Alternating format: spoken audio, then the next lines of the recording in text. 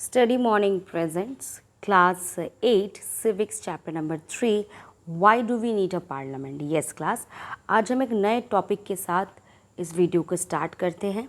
ये क्लास 8 का टॉपिक है civics chapter number 3 Why do we need a parliament? तो आज हम पार्लियामेंट के बारे में जानेंगे कि पार्लियामेंट हमें क्यों ज़रूरी है। कुछ ना कुछ उसके इम्पोर्टेंस होंगे, ठीक है।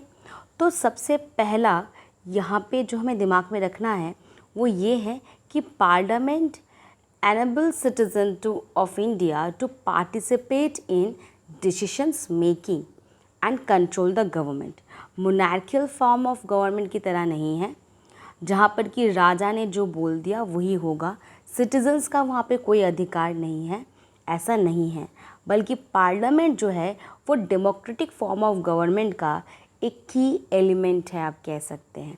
बहुत ही इम्पॉर्टेंट फीचर है, ठीक है, डेमोक्रेटिक फॉर्म ऑफ गवर्नमेंट में पार्लियामेंट। आगे आगे आप पढ़ते जाएंगे उतना ही ज़्यादा आपको ये कॉन्सेप्ट जो है वो क्लियर होता जाएगा, ठीक है। अभी अपने दिमाग में क्या रखना है कि पार्लियामेंट जो है वो हर एक सिटीजन्स को, ये इंडियन के सिटीजन को ये पूरी तरीके से हक देता है कि वो डिसीजंस मेकिंग में वो एक पार्ट बने, पार्टिसिपेट करे, गवर्नमेंट को कंट्रोल करने में जो है उसका एक इम्पॉर्टेंट रोल है। अब कैसे होता है, क्या होता है, ये हम इस चैप्टर में देखेंगे। Why should people decide? लोग ही क्यों डिसाइड करें? क्यों कोई दूसरा व्यक्ति जो मिनिस्टर्स वगैरह है अकेले वो आपस में मीटिंग लेकर कर सकते हैं? लोग क्यों डिसाइड करें? क्योंकि इससे पहले हम पे ब्रिटिशर्स जो है वो रूल करते थे और हम उनके अच्छे बुरे किसी भी डिसीशंस में जो है अपना फीडबैक नहीं दे सकते थे। हालांकि वह हमारे देश में ही रूल कर रहे थे, पर हमारे पास कोई अधिकार नहीं था कि हम अपने देश में ही रह करके अपना कोई भी फ्रीडम ऑफ एक्सप्रेशन दे सकें। क्या बात है। तो इसीलिए इंडिपेंडेंट के बाद ये तय किया गया कि जो है हम अपने गवर्नमेंट को खुद चूज़ करेंगे। अच्छा एक क्लास, ये देखिए, ये जो पिक्चर अभी मैंने आपको शो किया है ये हमारा न्यूली कंस्ट्रक्टेड पार्लियामेंट है, ठीक है। नाउ कॉन्स्टिट्यूशन जो है, कॉन्स्टिट्यूशन इंडिपेंडेंट के बाद जो कॉन्स्टिट्यूशन बना, यानी कि जिसमें set of rules and regulations लिखे रहते हैं, तो वहाँ पे सबसे पहले क्या बताया गया, यूनिवर्सल एडल्ट फ्रैंचाइज, यानी कि जितने भी एडल्ट है, ऑल एडल्ट सिटीज़न, यानी कि जो 18 अबोव है उनके पास क्या अधिकार है, राइट टू वोट। यूनिवर्सल यानी ऑल, एडल्ट यानी कि अबोव 18, फ्रैंचाइज यानी कि राइट टू वोट। हर किसी को अधिकार है, चाहे वो कोई लड़का हो लड़की हो, कोई भी रिलीजन से कोई डिस्क्रिमिनेशन यहाँ पे नहीं होगा। बस इतना होना चाहिए, अबोव 18। बच्चे थोड़ी वोट देते हैं, बड़े वोट देते हैं, है ना। People and their representatives. अब देखिए, डेमोक्रेसी का मतलब होता है rule by the people, for the people, by the people, ठीक है। लोगों के द्वारा, लोगों के लिए, लोगों में से कोई एक, ये डेमोक्रेसी का बेसिक चीज़ है। क्योंकि डेमोक्रेसी में जो है सबसे ज़्यादा इम्पॉर्टेंट पर्सन को दिया गया है, एक सिटीज़न को दिया गया, एक इंडिविजुअल को दिया गया है, ठीक है। अब देखिए ये चीज़ कैसे होता है, क्योंकि हम वोट देते हैं और वोट हम सिटीजन्स जो है वो वोट के द्वारा ही अपने लीडर्स को चुनते हैं। और कौन जीतता है, मेजॉरिटी विन द इलेक्शन। जो मेजॉरिटी होता है वही तो इलेक्शन जीतता है। अब थोड़ा सा हम इसके प्रोसेस की तरफ आते हैं कि पार्लियामेंट का सबसे पहला काम है लॉ बनाना।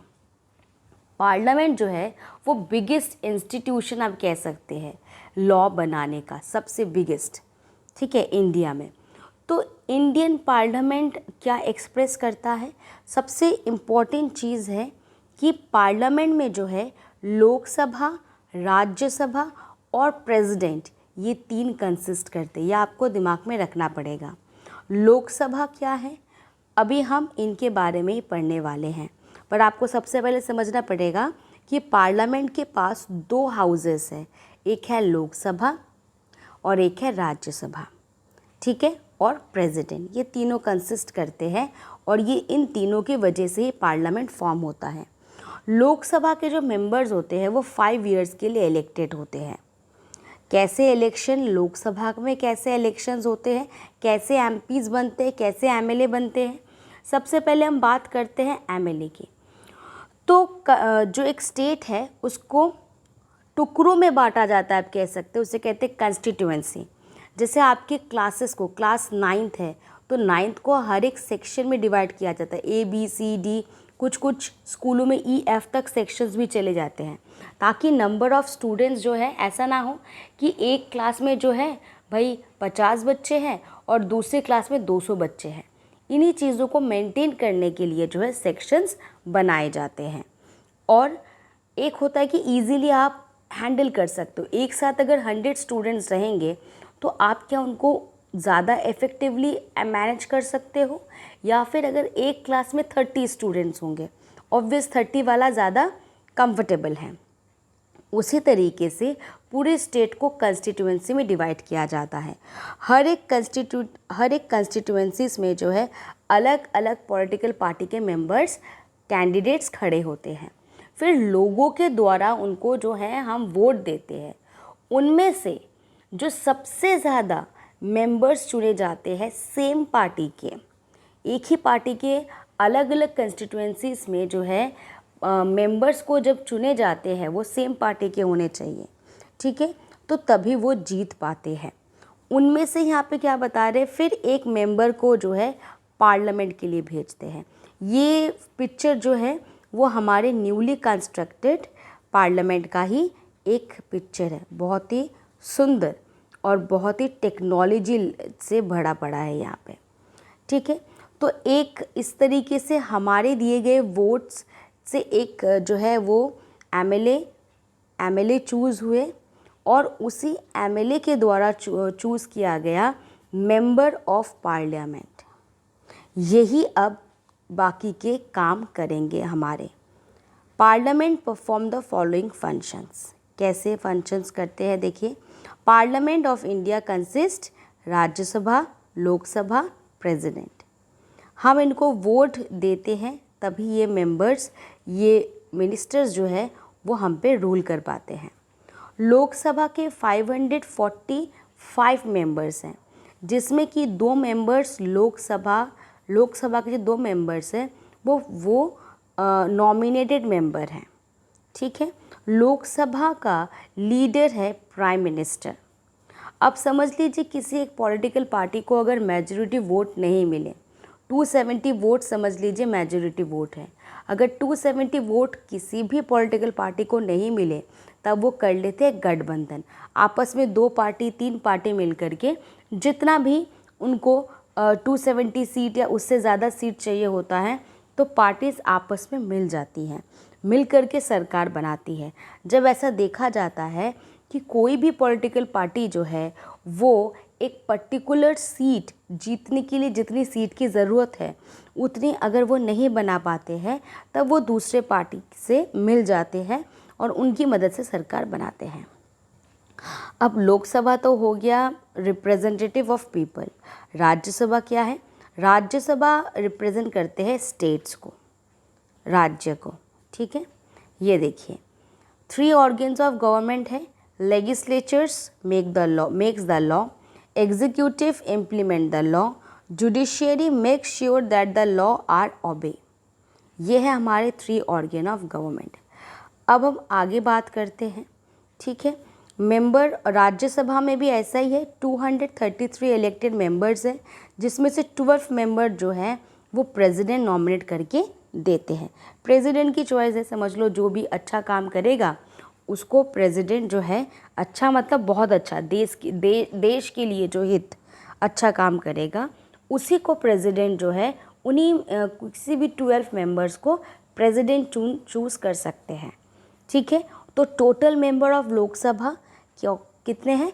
245 और राज्यसभा 245। 45 के आंकड़े को बस याद रखना है। राज्यसभा हुआ तो 245 और लोकसभा हुआ तो 445। अब देखिए सबसे पहला काम होता है गवर्नमेंट को कंट्रोल करना, गाइड करना, इन्फॉर्म करना। और ये ना क्वेश्चन आवर से शुरू होता है। एक बार सरकार बन जाती है तो उसके बाद क्वेश्चन आवर से यहाँ पे सारी चीज़ें स्टार्ट होती है। कैसे देखिए सरकार से जब आप क्वेश्चन पूछोगे तभी तो सरकार को अपने ड्रॉबैक, अपनी गलतियों का एहसास हो सकता है कि कहाँ पे खामियां हैं, और वो जो है उन खामियों को पूरे करने की पूरी कोशिश करेंगे, क्योंकि उनको सिटीजन्स के नज़रों में जो है वो ऊंचा बने रहना है। ठीक है। और इस फील्ड में ऑपोजिशन पार्टी, ऑब्वियस जो पार्टी जीत नहीं पाती है वही ऑपोजिशन पार्टी होती है। ऑपोजिशन पार्टी यहाँ पे बहुत ही अच्छा रोल प्ले करती है। ठीक है, क्योंकि वो हमेशा कोशिश करते हैं कि गवर्नमेंट के जो ड्रॉबैक्स हैं, जो बुरी साइड हैं, उनको दिखाए कि ये पॉलिसी नहीं अपनाया आपने, यहाँ पे ये गलती है, यहाँ पे ये गलती है। आपने आए दिन टीवी में देखा भी होगा, जो कांग्रेस, बीजेपी और दूसरे पार्टीज इस तरीके से एक दूसरे पे आरोप प्रत्यारोप लगाते रहते हैं। ठीक है। गवर्नमेंट इन सभी वैल्यूएबल फीडबैक को अपने पास जो है, the government gets valuable feedback, इसी क्वेश्चन आवर में इसको डिसाइड किया जाता है। ये फीडबैक जो है इनको मिलते हैं। और तो क्वेश्चन आवर बहुत इम्पॉर्टेंट है। क्योंकि हम जो कॉमन पीपल हैं, हम तो सरकार से इतना, हमारे पास टाइम कहाँ है कि हम सरकार को हर हिसाब किताब पूछें। तो यहाँ पे कौन आ जाता है? Opposition party. ऑपोजिशन पार्टी बहुत अच्छा रोल करती है। Law making is a significant function of the parliament. Parliament का काम क्या है? सबसे पहले लॉ मेकिंग, लॉ बनाना। Who are the people in parliament? कौन लोग होते हैं पार्लियामेंट के? ठीक है। तो अलग अलग बैकग्राउंड के जो है लोगों को यहाँ पे लाया जाता है, क्योंकि देखिए वही अपने रिप्रेजेंटेटिव बने तो ज़्यादा बेटर है। क्योंकि मुझे क्या प्रॉब्लम हो रही है वो मेरे कम्युनिटी के ग्रुप का एक मेंबर ही बता सकता है। जैसे कि दलितों को क्या प्रॉब्लम है, वो दलित का एक लीडर बने तो ही वो बता सकता है। ब्राह्मणों को क्या प्रॉब्लम्स है, वो ब्राह्मण का एक लीडर ही बता सकता है। हम देख करके नहीं बता सकते हैं। इसीलिए अपने अलग अलग बैकग्राउंड्स के, जैसे कि दलित है, कास्ट माइनॉरिटीज़ है, इन लोगों को भी पार्लियामेंट में हिस्सा दिया गया। Some seat are reserve in the parliament for SC and ST। Scheduled caste और शेड्यूल्ड ट्राइब्स के लिए भी पार्लियामेंट में जो है सीट रिजर्व किए गए, ताकि कि ये भी अपना जो फ्रीडम ऑफ एक्सप्रेशन है वो दे सकें। It has recently been suggested that there should be a reservation of seat for women। Even कि वुमेंस के लिए भी कुछ हद तक सीट्स जो है वो रिज़र्व किए गए। अब देखिए ये चैप्टर यहीं पर ही ख़त्म हो जाता है। इतना छोटा सा चैप्टर था जो आप लोगों को बहुत बड़ा लग रहा था। अब आई होप कि ये सारी की पूरी की पूरी वीडियो जो है आपको इस चैप्टर को समझने में जो है वो मदद कर रही होगी। और कोई भी अगर आपको क्वायरी है so you can write it on the comment section.